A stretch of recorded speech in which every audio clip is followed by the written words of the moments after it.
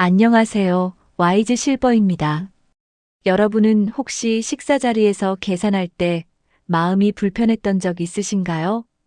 그 불편함이 어디서 온 건지 정확히 말로 표현하기 어려우셨을 겁니다. 동창회든 가족 모임이든 식사가 끝나고 계산서가 나오는 순간이 있습니다. 누군가는 자연스럽게 지갑을 꺼내고 누군가는 화장실에 갑니다. 누군가는 내가 낼게라고 말하고 누군가는 조용히 휴대폰만 봅니다. 그런데 말이죠. 그 짧은 순간에 돈이 많고 적음보다 더 중요한 게 드러납니다. 겉으로는 다들 웃고 있지만 태도는 저마다 다릅니다. 예의 바른 척은 누구나 할 수 있지만 진짜 배려는 행동으로 드러나게 되어 있습니다. 오늘은 그 작은 순간들에 대해 함께 이야기해 보려 합니다. 우리가 평생 지켜본 사람들의 모습을 한번 정리해 볼 시간이죠. 이 이야기가 도움이 되셨다면 구독과 좋아요 부탁드립니다. 여러분의 경험도 함께 나눌 수 있는 공간이 되었으면 합니다. 첫 번째, 돈 쓰는 습관에서 드러나는 배려의 깊이. 지난주에 동네 식당에서 이런 장면을 봤습니다. 50대로 보이는 남자분이 후배들과 저녁을 먹고 있었습니다. 식사가 끝나갈 무렵 그분은 자연스럽게 자리에서 일어나 화장실 가는 척하며 계산대로 갔습니다. 후배들이 눈치채기도 전에 이미 카드를 건네고 계셨죠. 돌아와서는 아무 말도 안 하셨습니다. 후배들이 형님, 저희가 낼게요 하니까 그제야 웃으며 괜찮아. 이미 냈어 하시더군요. 후배들이 미안해하자 다음에 너희가 성공하면 그때 받지 뭐 하시며 여유롭게 웃으셨습니다.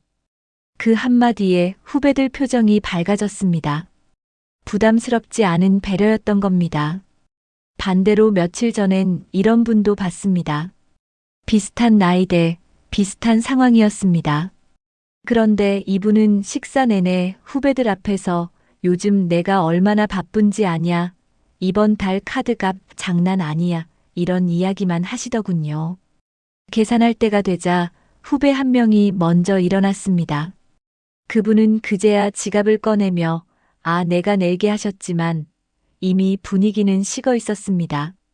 후배가 형님, 저희가 낼게요 하니까 아니야, 내가 내야지 하시는데 표정은 그다지 기쁘지 않아 보였습니다. 결국은 내셨지만 후배들은 그날 이후로 연락이 뜸해졌습니다. 또 다른 자리에서는 이런 일도 있었습니다.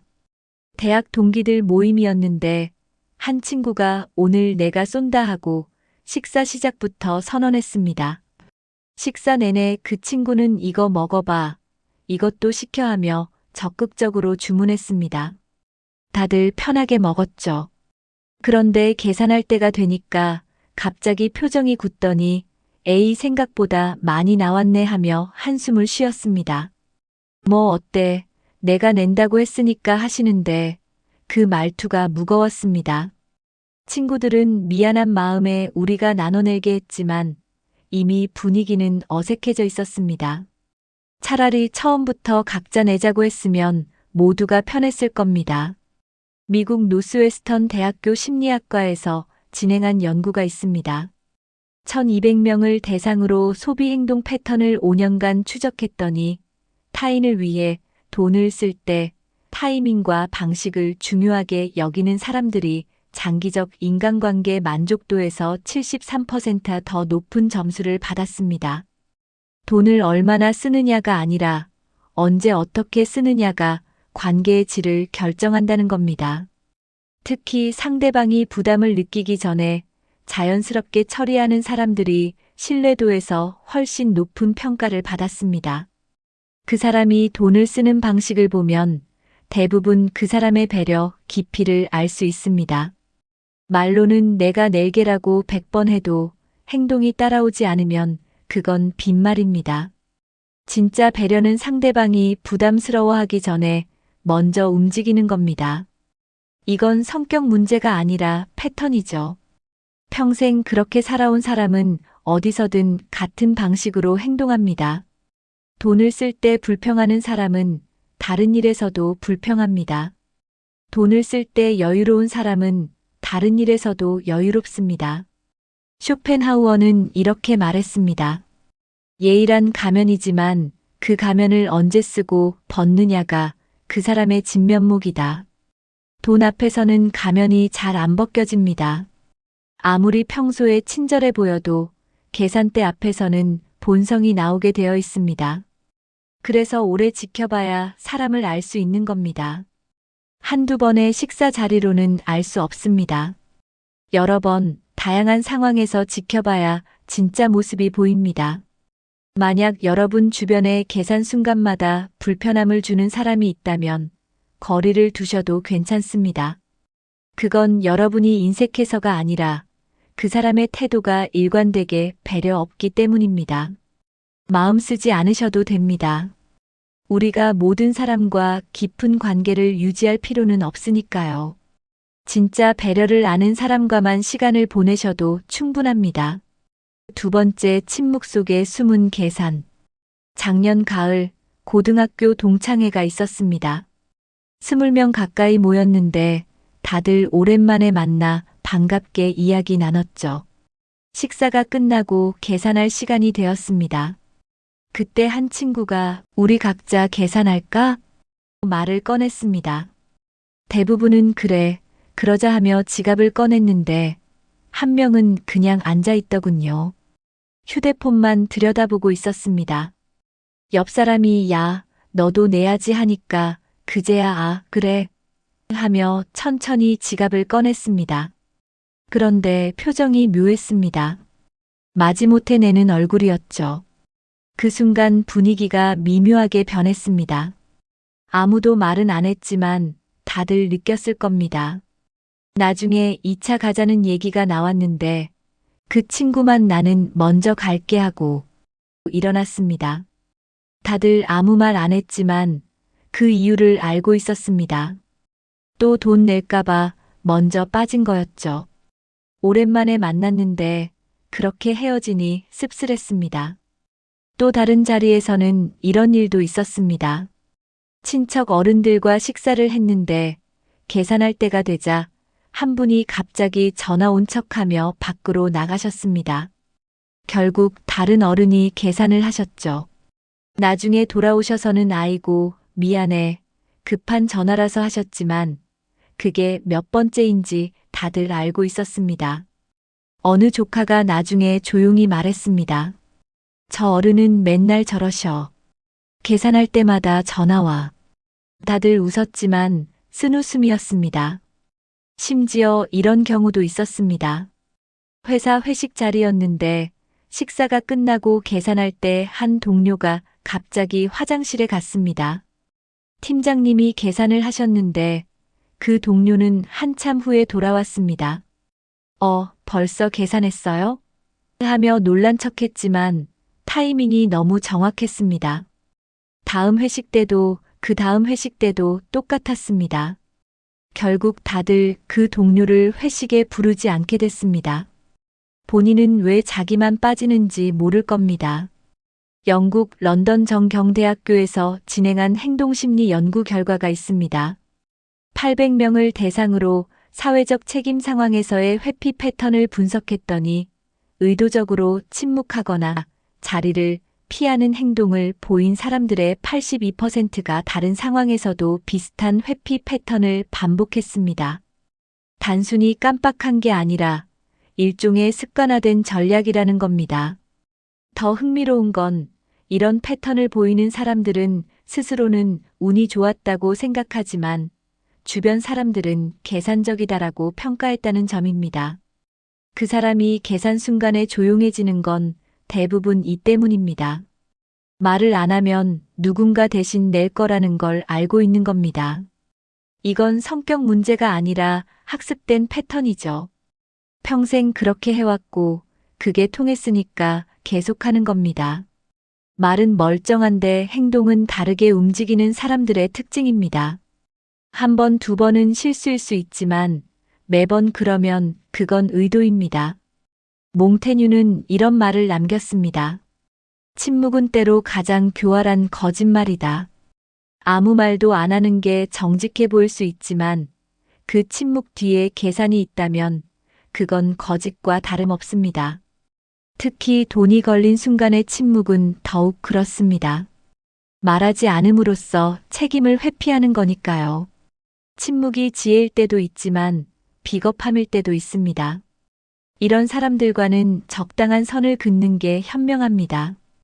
여러분이 매번 먼저 내야 하는 관계라면 그건 관계가 아니라 일방적인 부담입니다. 감정 소모하지 마시고 거리를 두셔도 됩니다. 우리 인생에서 모든 사람을 이해하고 포용할 필요는 없으니까요.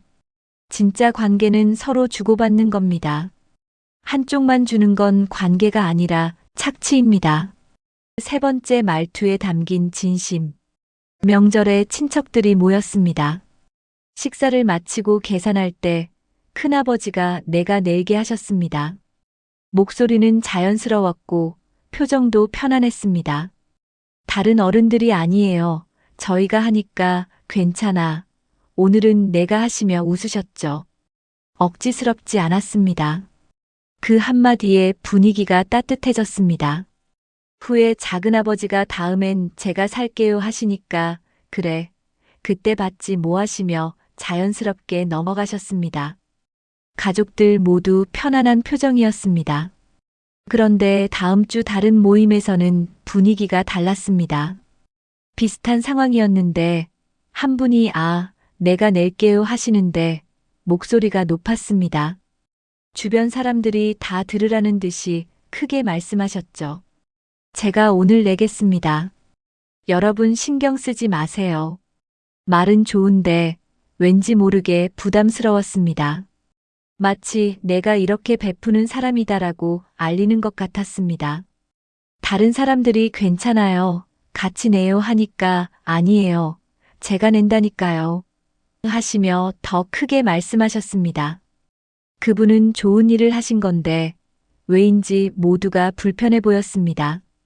또 어떤 분은 에이, 내가 내게 하시는데 표정이 일그러져 있었습니다. 말은 하시는데 입꼬리가 내려가 있고 지갑 꺼낼 때 한숨이 섞여 나왔죠. 괜찮아요. 제가 낼게요 하시면서도 눈빛은 누가 좀 말려줬으면 하는 표정이었습니다. 같은 말인데 전혀 다른 느낌이었습니다. 옆에 있던 친구가 아니야. 우리가 내게 하니까 진짜? 하며 눈이 반짝였습니다. 속마음이 그대로 드러난 순간이었죠. 직장 선후배 관계에서도 비슷한 경험이 있었습니다. 한 선배는 내가 쏠게 하시는데 목소리가 가볍고 밝았습니다. 너희들 요즘 힘들지?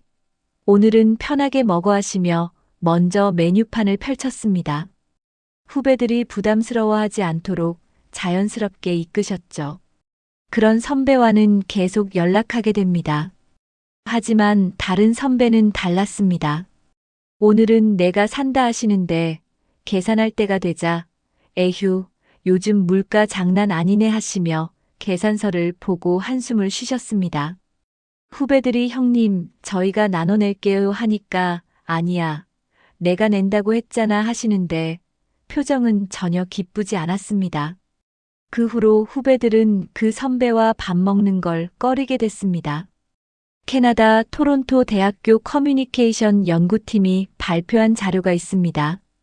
1,500명의 대화 패턴을 녹음 분석한 결과 같은 내용이라도 말투와 억양, 표정의 일치도에 따라 상대방이 느끼는 진정성은 최대 68% 차이가 났습니다.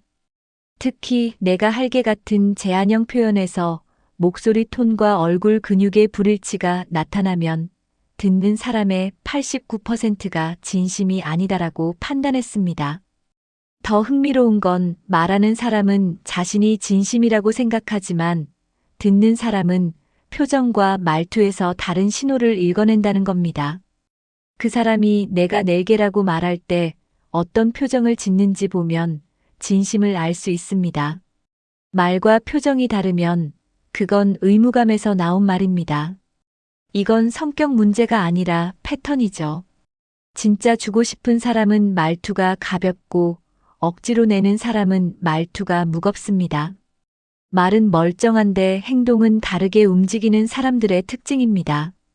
우리 귀는 말을 듣지만 우리 마음은 진심을 듣습니다. 플라톤은 이렇게 말했습니다. 말의 아름다움은 그것이 진실과 얼마나 가까운가에 달려 있다. 아무리 예쁜 말도 진심이 없으면 공허합니다. 내가 낼게라는 말 한마디가 때로는 위로가 되고 때로는 부담이 되는 이유입니다.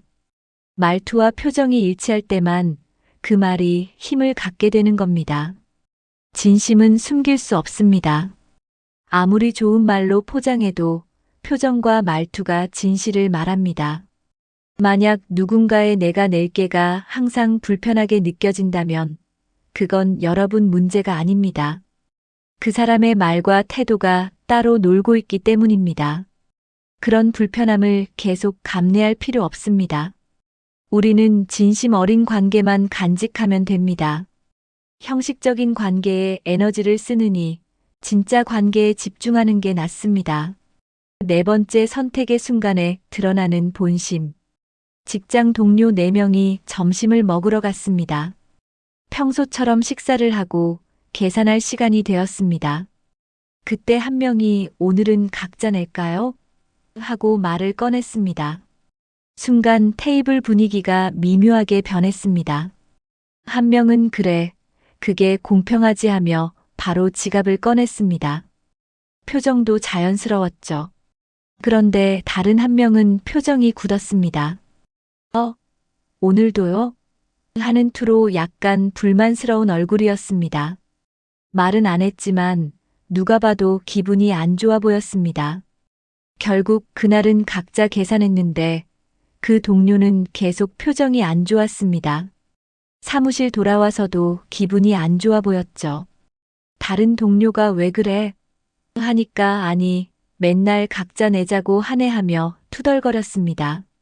그 말을 들은 사람들은 조용히 고개를 돌렸습니다. 누가 매번 싸줄 거라고 기대하는 거였을까요? 또 다른 자리에서는 이런 일도 있었습니다. 친구 모임에서 한 명이 내가 쏠게 하고 먼저 계산했습니다. 다들 고맙다고 했죠. 그런데 다음번 만났을 때 그 친구가 이번엔 각자 내자 하니까 한 명이 얼굴을 찌푸렸습니다. 저번엔 내가 냈잖아. 이번엔 내가 또 내지 그래. 농담처럼 말했지만 그 안에 불만이 담겨 있었습니다. 쏜 친구가 나도 돈이 무한정 있는 건 아니잖아 하니까 그건 그렇지 하며 어색하게 웃었습니다. 하지만 분위기는 이미 어색해져 있었습니다. 가족 모임에서도 비슷한 일이 있었습니다. 형제들이 모여 식사를 했는데 한 형제가 오늘은 각자 낼까? 했습니다. 다들 그래하며 자연스럽게 받아들였는데 한 동생만 표정이 굳었습니다. 형이 내는 줄 알았는데. 형이 나도 요즘 여유 없어 하니까 알았어 하며 마지못해 돈을 냈습니다. 그날 이후로 그 동생은 가족 모임에 잘 안 나오게 됐습니다. 가족들이 이유를 물어도 바빠서라고만 했지만 다들 진짜 이유를 알고 있었습니다. 독일 막스 플랑크 연구소 행동경제학팀의 연구 결과가 있습니다. 950명을 대상으로 공정성 제한 실험을 진행했더니 비용 분담 제한에 즉각 동의하는 사람들은 장기 관계 신뢰도에서 76% 더 높은 점수를 받았습니다. 반면 분담 제한에 불만을 표시하거나 회피하려는 사람들은 타인 의존도가 평균 62% 더 높게 측정되었습니다. 공평한 제한 앞에서 나오는 반응이 그 사람의 관계관을 드러낸다는 겁니다. 더 중요한 건 이런 패턴이 단순히 돈 문제에만 국한되지 않는다는 점입니다. 일상의 모든 영역에서 비슷한 태도가 반복됩니다. 그 사람이 각자 내자는 말에 어떻게 반응하는지 보면 본심을 알 수 있습니다. 자연스럽게 받아들이는 사람은 관계를 대등하게 봅니다. 불편해하는 사람은 누군가 자기를 챙겨주길 기대하는 겁니다. 이건 성격 문제가 아니라 패턴이죠. 말은 멀쩡한데 행동은 다르게 움직이는 사람들의 특징입니다. 공평함을 불편해하는 사람은 결국 자기가 더 받기를 원하는 겁니다. 쇼펜하우어는 이렇게 말했습니다. 자신의 몫을 기꺼이 지는 사람만이 타인의 몫도 존중할 줄 안다. 공평하게 나누자는 제안을 불편해하는 사람은 결국 자기 몫보다 더 받고 싶어 하는 겁니다. 그런 사람과는 오래가기 어렵습니다. 언젠가는 그 불균형이 관계를 무너뜨리니까요. 관계는 평등할 때 건강합니다. 한쪽이 계속 주고 한쪽이 계속 받으면 결국 주는 쪽이 지칩니다. 만약 누군가와 계산할 때마다 여러분만 부담스럽다면 그 관계는 점검해 볼 필요가 있습니다. 공평함을 요구하는 게 인색한 게 아닙니다. 오히려 건강한 관계를 위한 최소한의 선입니다. 불편한 관계에서 해방되는 것도 때로는 필요합니다. 여러분의 마음이 편한 관계만 유지하셔도 충분합니다. 5번째 사소한 부탁 앞에서 보이는 태도. 병원 근처 식당에서 점심을 먹고 있었습니다. 옆 테이블에 60대로 보이는 두 분이 앉아 계셨죠. 식사를 마치고 한 분이 계산하려는데 현금이 없다며 당황하셨습니다. 미안한데 내가 현금이 없네. 카드 좀 긁어줄 수 있어? 상대방이 그럼요. 제가 할게요 하며 자연스럽게 카드를 꺼내셨습니다. 말투도 편안했고 표정도 밝았습니다. 다음에 제가 현금으로 드릴게요 하시니까 아이 괜찮아요. 이 정도는 하시며 웃으셨습니다. 두 분의 관계가 편안해 보였습니다. 그런데 며칠 후 다른 식당에서 비슷한 상황을 또 봤습니다. 이번에도 한 분이 나 현금 안 가져왔네. 내가 먼저 내줄래? 그러자 상대방 표정이 굳었습니다. 또요? 저번에도 그랬잖아요. 목소리에 짜증이 묻어났습니다. 결국은 내긴 했지만 분위기가 싸늘해졌죠. 다음에 줄게 하시니까 네, 꼭이요 하며 단호하게 말씀하셨습니다. 그런데 다음 만남에서도 그 돈 얘기는 나오지 않았습니다. 갚을 생각이 없는 건지 잊어버린 건지 알 수 없었지만 관계는 점점 멀어졌습니다. 또 이런 일도 있었습니다. 친구 모임에서 한 명이 야, 나 지갑 차에 두고 왔어. 먼저 내줘. 옆 친구가 알았어 하며 냈는데 나중에 갚는다는 말이 없었습니다. 다음 만남에서도 그 다음 만남에서도 비슷한 일이 반복됐습니다. 결국 먼저 내던 친구가 말을 꺼냈습니다. 너 맨날 안 가져오네. 그제야 민망한 표정을 지었지만 이미 신뢰는 금이 가 있었습니다. 미안, 깜빡했어. 다음에 한 번에 줄게 했지만 다음에도 또 깜빡했습니다. 직장에서도 비슷한 경우가 있었습니다. 점심 먹으러 갈 때마다 나 지갑 안 가져왔어 하는 동료가 있었습니다. 처음엔 다들 괜찮아. 내가 내게 했습니다. 그런데 한 달이 지나도 두 달이 지나도 갚지 않았습니다. 그냥 잊은 것처럼 행동했죠. 결국 다들 그 동료와는 점심 먹으러 가지 않게 됐습니다. 본인은 왜 다들 자기를 안 부르는지 모를 겁니다. 미국 스탠퍼드 대학교 사회심리학과의 연구 자료가 있습니다. 1100명을 대상으로 작은 부탁에 대한 반응과 관계 만족도를 3년간 추적했더니 사소한 요청을 기꺼이 들어주는 사람들이 상호 신뢰 지수에서 71%더 높은 평가를 받았습니다. 반면 같은 부탁을 반복적으로 하면서 보답하지 않는 사람들은 관계 지속률이 평균 58% 낮았습니다. 작은 부탁 하나가 관계의 질을 결정한다는 겁니다. 특히 금전적인 부탁은 더욱 민감합니다. 작은 금액이라도 갚지 않으면 신뢰가 무너집니다. 그 사람이 사소한 부탁을 어떻게 받아들이고 또 어떻게 갚는지 보면 됩니다. 한두 번은 실수일 수 있지만 계속 반복되면 그건 의도입니다. 이건 성격 문제가 아니라 패턴이죠. 편한 사람한테만 계속 기대는 겁니다. 말은 멀쩡한데 행동은 다르게 움직이는 사람들의 특징입니다. 다음에 갚을게라는 말을 믿지 마십시오. 진짜 갚을 사람은 말하기 전에 이미 갚습니다. 몽테뉴는 이렇게 말했습니다.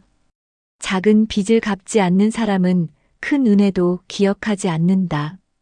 밥값 한 끼, 커피 한 잔이 작아 보여도 그걸 갚지 않는 태도는 작지 않습니다. 관계는 주고받음의 균형 위에 서 있으니까요. 한쪽만 주는 관계는 결국 무너집니다. 빚은 돈만 있는 게 아닙니다. 마음의 빚도 있고 신뢰의 빚도 있습니다. 만약 여러분이 누군가에게 계속 먼저 내주고 있다면 한 번쯤은 멈춰도 됩니다. 그게 인색한 게 아니라 자기 보호입니다. 관계에서 일방적으로 손해보는 건 미덕이 아닙니다. 당신의 마음을 지키는 것도 중요하니까요. 진짜 관계는 서로 챙기는 겁니다. 한쪽만 챙기는 건 관계가 아닙니다. 6번째, 칭찬과 감사 표현의 온도. 동네 식당에서 후배들과 저녁을 먹었습니다. 한 선배가 계산을 하셨죠. 그러자 한 후배가 자리에서 일어나 깊게 인사를 했습니다. 형님, 정말 감사합니다. 덕분에 잘 먹었습니다. 목소리에 진심이 담겨 있었습니다. 선배는 괜찮아, 다음에 또 보자 하며 흐뭇하게 웃으셨습니다. 그 후배는 나중에 문자도 보냈습니다. 오늘 정말 감사했습니다. 다음엔 제가 대접하겠습니다. 선배는 그 문자를 보고 기분이 좋아 보였습니다. 그런 후배는 계속 챙기게 됩니다. 그런데 다른 후배는 달랐습니다. 감사합니다 한마디 던지고는 바로 휴대폰을 보더군요. 형식적인 인사였습니다. 말은 했지만 마음은 없었죠. 선배 표정이 순간 굳는 게 보였습니다. 나중에 후배들끼리 술 한잔하자고 할 때도 그 후배만 빠졌습니다. 선배가 일부러 안 부른 건 아니지만 자연스럽게 그렇게 됐습니다. 또 이런 일도 있었습니다. 친척 어른이 식사를 대접하셨는데 한 조카는 고맙습니다. 다음엔 제가 살게요 하며 따뜻하게 인사했습니다. 어른은 그래, 내가 크면 그때 받지 뭐 하시며 기뻐하셨죠. 그 조카가 나중에 성공한 후 정말로 그 어른을 모시고 좋은 식당에 갔습니다. 어른은 그날 정말 기뻐하셨습니다. 내가 이렇게 기억해주니 고맙구나. 하지만 다른 조카는 네 한마디만 하고 먼저 일어났습니다. 감사하다는 말도 눈맞춤도 없었습니다. 어른은 아무 말씀 안 하셨지만 서운한 표정이었습니다. 나중에 그 조카가 어려울 때 도움을 청했지만 어른은 차갑게 대하셨습니다. 그때 내가 고맙다는 말 한마디 제대로 안 했던 게 생각나는구나. 회사에서도 비슷한 일이 있었습니다. 팀장님이 팀원들 식사를 대접하셨는데 한 팀원은 팀장님 감사합니다. 덕분에 힘이 납니다 하며 진심으로 인사했습니다. 팀장님은 그 팀원을 유심히 지켜보게 됐습니다. 나중에 승진 기회가 왔을 때 그 팀원이 선택됐습니다. 실력도 중요하지만 태도도 중요한 겁니다. 반면 다른 팀원은 감사합니다 한마디만 던지고 자리를 떴습니다. 당연하게 여기는 듯한 태도였죠. 팀장님은 그 태도를 기억했습니다. 나중에 그 팀원이 도움을 청했을 때 팀장님은 냉담하게 대했습니다. 항상 당연하게만 여기더니 이럴 때만 찾네. 영국 옥스퍼드 대학교 심리학과의 연구 결과가 있습니다. 850명을 대상으로 감사 표현 방식과 관계 지속성을 5년간 관찰했더니 구체적이고 진심 어린 감사를 표현하는 사람들은 장기 관계 유지율이 79% 더 높았습니다. 반면 형식적이거나 짧은 감사만 하는 사람들은 다시 초대되는 비율이 64% 낮았습니다. 잘 먹었습니다. 한마디의 온도가 관계를 결정한다는 겁니다. 더 흥미로운 건 감사를 받는 사람은 그 온도를 정확히 느낀다는 점입니다. 말은 똑같아도 진심은 다르게 전달됩니다. 그 사람이 누군가의 대접을 받았을 때 어떻게 감사를 표현하는지 보면 됩니다. 진심으로 고마워하는 사람은 말과 표정이 일치합니다. 형식적으로만 하는 사람은 눈빛이 차갑습니다. 이건 성격 문제가 아니라 패턴이죠. 받는 건 당연하게 여기고 주는 건 과분하게 여기는 사람들입니다. 말은 멀쩡한데 행동은 다르게 움직이는 사람들의 특징입니다. 감사는 의무가 아니라 마음입니다. 의무로 하는 감사는 감사가 아닙니다. 플라톤은 이렇게 말했습니다. 감사할 줄 모르는 사람은 더 받을 자격이 없다. 밥 한 끼가 작아 보여도 그 안에는 누군가의 마음이 담겨 있습니다. 그 마음을 알아보지 못하는 사람은 결국 혼자 남게 됩니다. 사람들은 고마움을 느끼지 못하는 사람을 멀리하게 되어 있으니까요. 감사는 관계를 이어주는 끈입니다. 그 끈이 없으면 관계도 끊어집니다. 만약 누군가에게 계속 베풀었는데 제대로 된 감사를 받지 못한다면 그만두셔도 됩니다. 일방적인 관계는 관계가 아닙니다. 여러분의 마음을 알아주지 않는 사람에게 더 이상 에너지를 쓸 필요 없습니다. 당신을 소중히 여기는 사람들에게만 마음을 주시면 됩니다. 진짜 감사할 줄 아는 사람과만 함께 하십시오. 7번째, 일관성 있는 사람, 변덕스러운 사람. 회사 동료 한 명은 평소에 점심 계산할 때 늘 조용했습니다. 4명이서 먹으면 다른 3명이 돌아가면 했죠. 그 동료는 한 번도 먼저 지갑을 꺼낸 적이 없었습니다. 그런데 어느 날 부장님과 함께 식사를 하게 됐습니다. 그때는 달랐습니다. 제가 낼게요 하며 재빨리 계산대로 갔습니다. 부장님 앞에서는 누구보다 적극적이었죠. 다음 날 다시 평소 멤버들과 식사했을 때는 또 조용했습니다. 아무도 말은 안 했지만 다들 어제 그 모습을 봤습니다. 그날 이후로 분위기가 미묘하게 변했습니다. 한 동료가 조용히 말했습니다.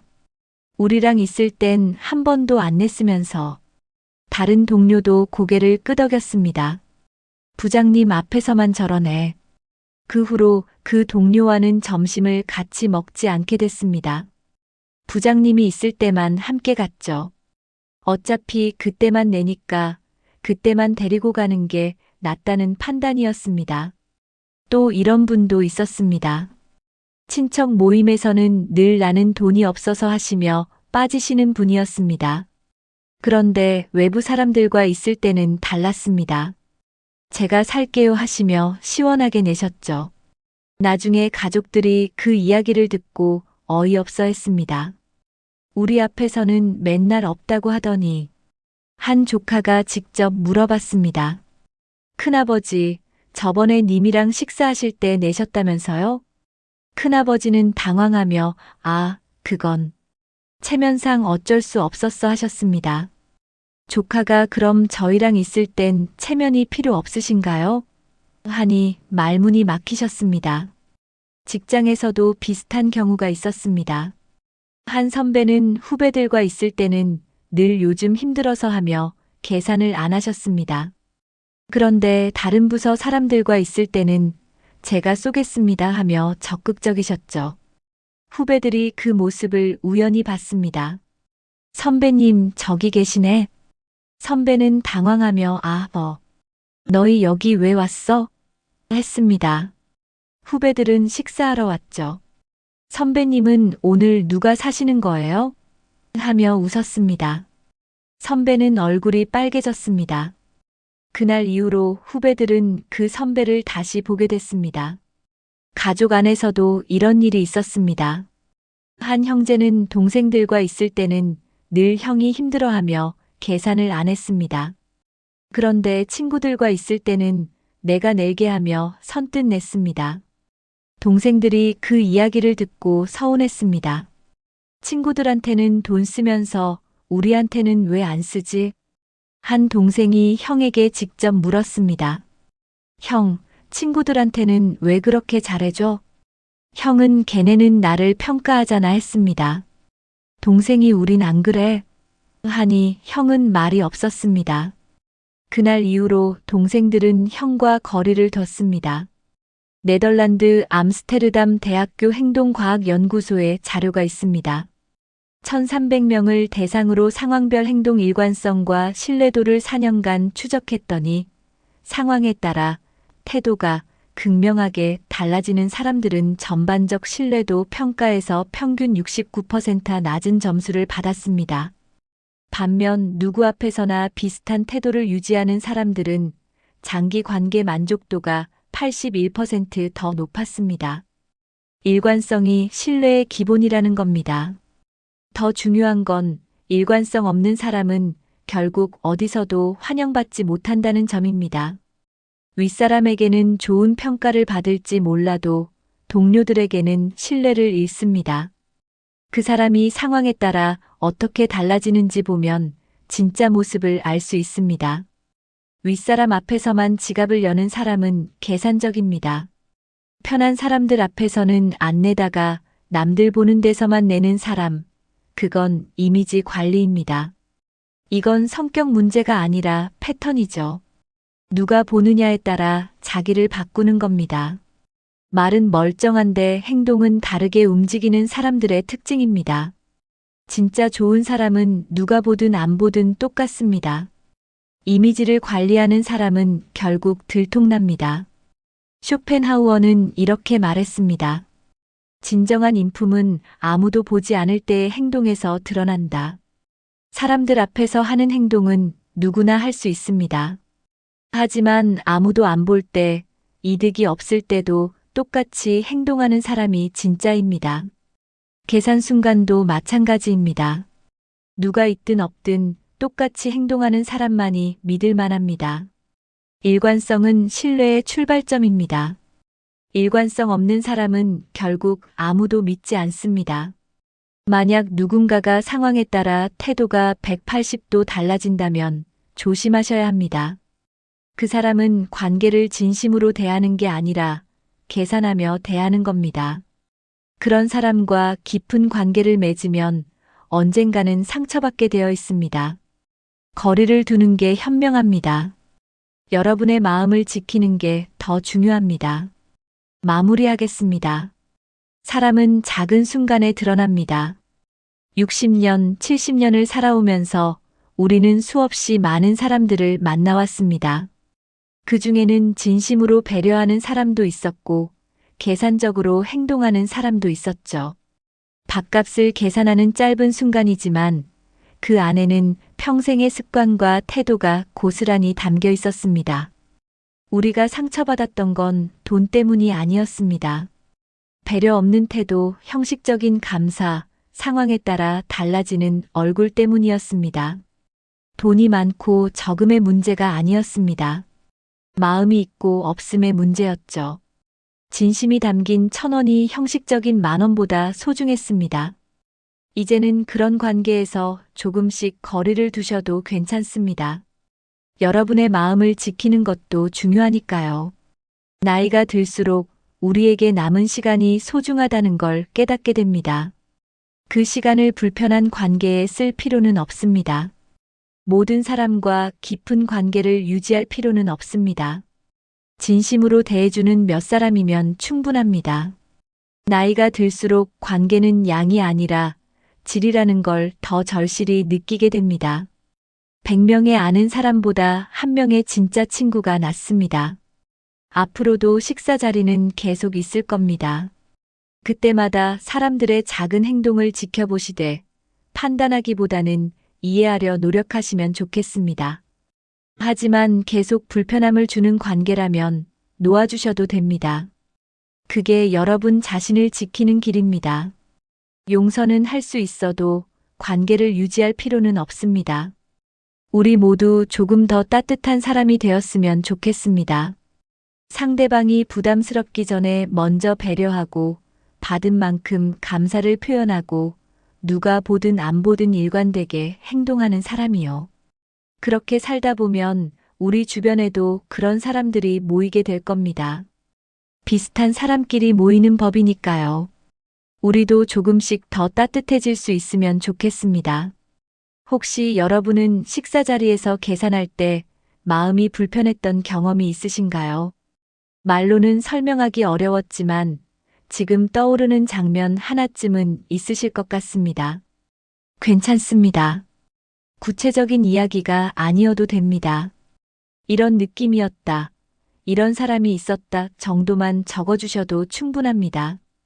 여러분의 경험 하나하나가 이 영상을 보고 계신 다른 분들에게는 큰 공감과 위로가 됩니다. 댓글로 조용히 나눠주시면 저도 하나하나 읽어보겠습니다. 오늘 이야기를 들으시며 어떤 생각이 드셨는지 여러분의 마음을 조금 남겨주셔도 좋겠습니다. 감사합니다. 와이즈 실버였습니다.